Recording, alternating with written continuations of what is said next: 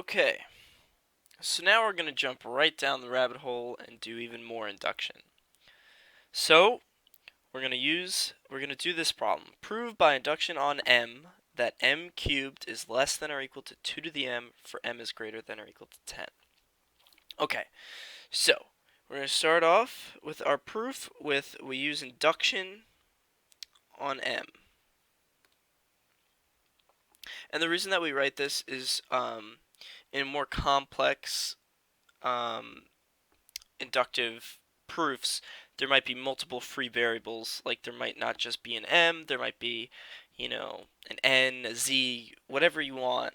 But that's why we say this. Okay, so now we're going to have to do our base case.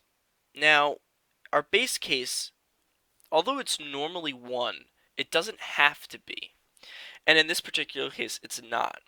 So we have prove by induction on m that m cubed is less than or equal to 2 to the m for m is greater than or equal to 10. So what does that tell us? M equals 10 is going to be our first case, our base case. So for m equals 10,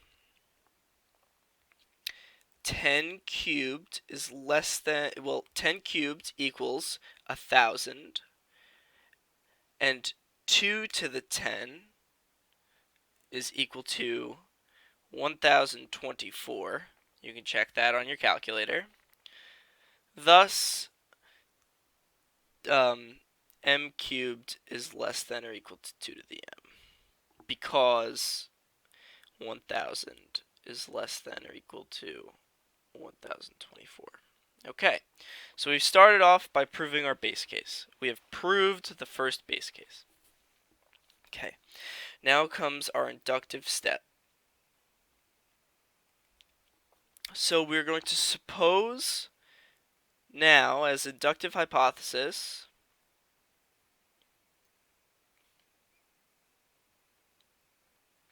that m plus 1, well, we're going to change this. We're going to change our variable.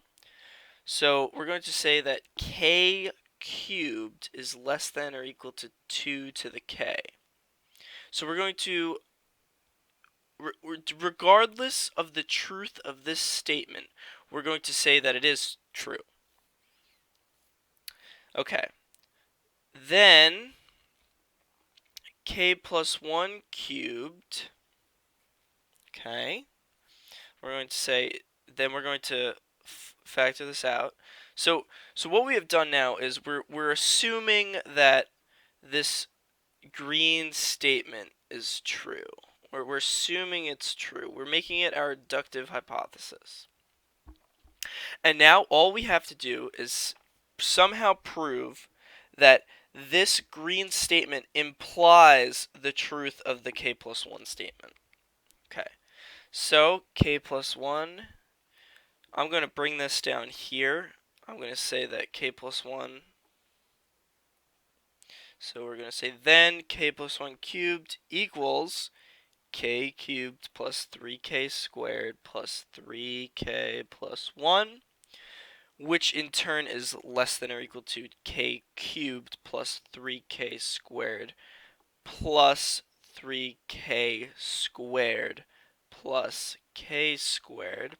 Now, since we know that k is greater than or equal to 10, this obviously is true. Okay.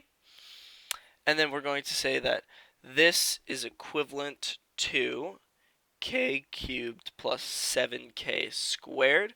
And the reason that we've done this step,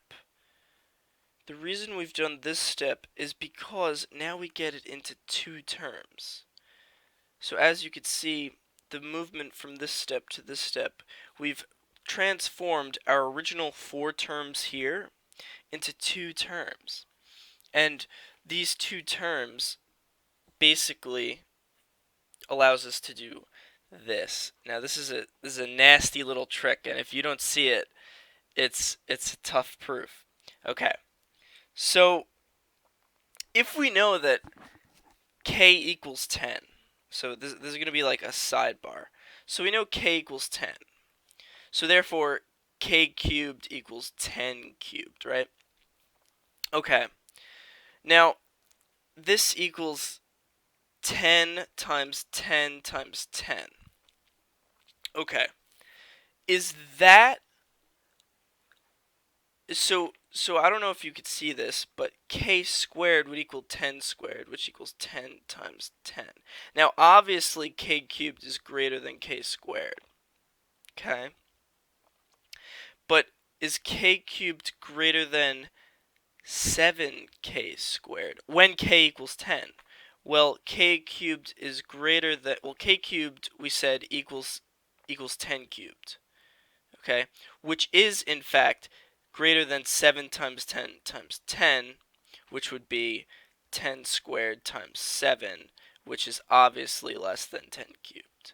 Okay, so the reason we've done all this is because we have our 7k squared here, and we know that 7k squared is less than k cubed, so therefore k cubed plus k cubed is greater than our initial statement, which is then equal to 2k, sorry, this is k cubed, 2k cubed, which is less than or equal to 2 times 2 to the k.